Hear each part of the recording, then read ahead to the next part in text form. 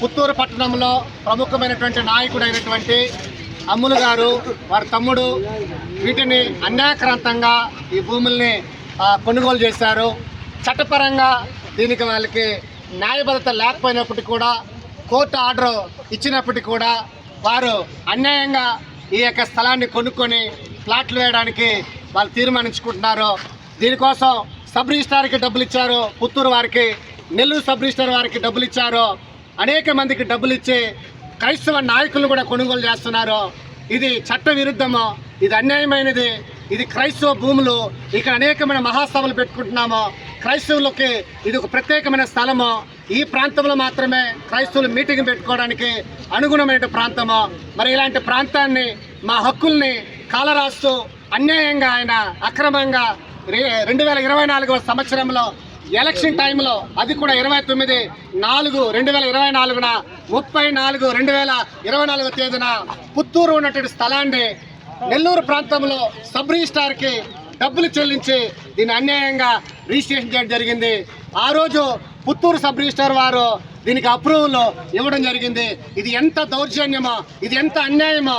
కాబట్టి క్రైస్తవ ప్రజలకి ఈ పట్టణము, ఈ స్థలము మాకు కావాలి, ఎలాగైనా న్యాయం చేయాలని మేము అందరూ కూడా పోరాటం చేస్తున్నాము. మీరు వీలంత వరకు మాకు సపోర్ట్ చేయాలి, మీరు ఎలాగైనా ఈ స్థలాన్ని మాకు ఇప్పించాలని ఆ దేవుణ్ణి కోరుకుంటూ మరి హృదయాలు దేవుడు మార్చాలని మేమందరం కూడా దీనికి చాలా స్ట్రాంగ్గా అపోజ్ చేస్తున్నాము. చాలా స్ట్రాంగ్గా దీనికోసం నిలబడి ఉన్నాము. ఇది మా యొక్క స్థలము, ఇది మా భూములు. ఇక్కడ మేము క్రైస్తవులు మీటింగ్ పెట్టుకోవాలి, ఇక్కడ ప్రేయర్ జరగాలి, ఇక్కడ చాలా మంది కొరకు మేము ప్రార్థన చేస్తున్నాము. అక్కడే అనేక మతాల వాళ్ళు కూడా, అనేక కులాల వాళ్ళు కూడా ఇక్కడ అనేకమైన ఆట స్థలంగా మార్చబడింది. పిల్లలు ఆడుకుంటున్నారు. చాలా మంచి ప్రాంతం ఇది. దీన్ని ఈ విధంగా అన్యాయంగా వారు అమ్ముకోవడం, కొనుక్కోవడమా, ఇది చట్ట విరుద్ధమా. దీని మీద ఇంజక్షన్ ఆర్డర్ ఉంది.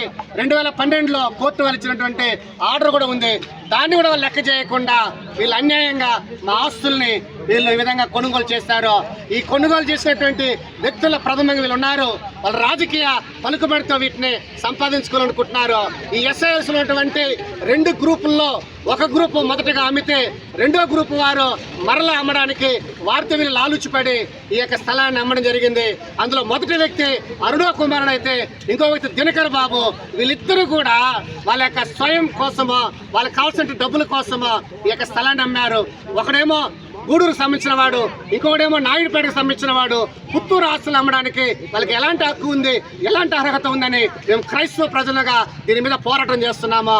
మీరే దీనికి న్యాయం తీర్చి మాకు సరైనటువంటి ఈ యొక్క మార్గాన్ని చూపించి ఈ స్థలాన్ని మాకు ఇవ్వాలని మీడియా ద్వారా, పత్రికల ద్వారా పుత్తూరు క్రైస్తవుల సంఘం తరపున రిజిస్ట్రార్ గారికి, సబ్ రిజిస్ట్రార్ గారికి కానీ, అలాగే ఎంఆర్ఓ గారికి కానీ, అలాగే ప్రభుత్వ అధికారులు కానీ వీటిని నిర్ణయం తీసుకోవాలని, మున్సిపల్ కమిషనర్ గారు కూడా దీని మీద ప్లాట్లు వేయకుండా అడ్డుకోవాలని మేము ఈ యొక్క క్రైస్తవ ఆస్తుల పరిరక్షణ సమితిగా మేము ఏర్పాటయ్యి ఈ యొక్క స్థలాన్ని కాపాడుకోవడానికి మేము ప్రయత్నం చేస్తున్నాము.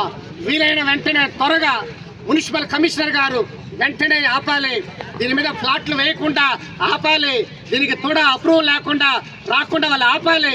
ఇది మీరు చేయగలిగితే క్రైస్తవులకి మీరు మంచి చేసినట్టు అవుతుంది, క్రైస్తవ ప్రజలకి ఈ యొక్క స్థలాన్ని ఇచ్చినట్టుగా అవుతుంది. మీరు దయ ఉంచి మా మీద గొప్ప ఒక ప్రేమను చూపించి దీన్ని మాకు ఇవ్వాలని మీకు అందరికీ కూడా విజ్ఞప్తి చేస్తూ మీకు అందరికీ కూడా నమస్కారం తెలియజేస్తున్నాము. అలాగే 150 సంవత్సరాలు కలిగినటువంటి ఈ సౌత్ ఆంధ్ర లూథరన్ చర్చ్ యొక్క ఆస్తుల్ని అమ్ముకోవడం అనేది చట్ట విరుద్ధమా. ఈ ప్రాంతంలో మీరు చూడగలిగితే అనాథ పిల్లలు ఉన్నారు, విధవరాండ్రులు ఉన్నారు, ఎంతోమంది ఇక్కడ వచ్చి పేదవాళ్ళు ఉన్నారు, HIV పేషెంట్స్ ఉన్నారు, క్యాన్సర్ బారిన పడినటువంటి వ్యక్తులు ఉన్నారు. అలాంటి వాళ్ళకి ఇది ఆశ్రయంగా ఉన్నటువంటి ఈ స్థలాన్ని ఈ రీతిగా కబ్జా చేయడం అనేది అన్యాయము, అక్రమం, చట్ట విరుద్ధం. ఇది వెంటనే దీని మీద చర్యలు తీసుకోవాలని మేము మీడియా ద్వారా తెలియజేస్తున్నాము. అలాగే ప్రభుత్వం కూడా దిగి రావాలి. కూటమి ప్రభుత్వం కూడా నాకు సరైన న్యాయం చేయాలి. మేము సీఎం దృష్టికి తీసుకెళ్తున్నాము, అలాగే డిప్యూటీ సీఎం దృష్టికి తీసుకెళ్తున్నాము, అలాగే మైనారిటీ సెల్ వారికి తీసుకెళ్తున్నాము.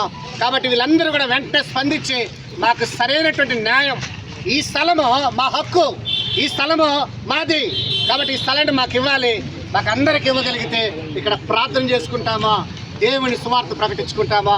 కాబట్టి మీరందరూ మాకు సహాయం చేయాలని మీడియా పత్రికల ద్వారా మీకు తెలియపరుస్తున్నాము. ధన్యవాదాలు.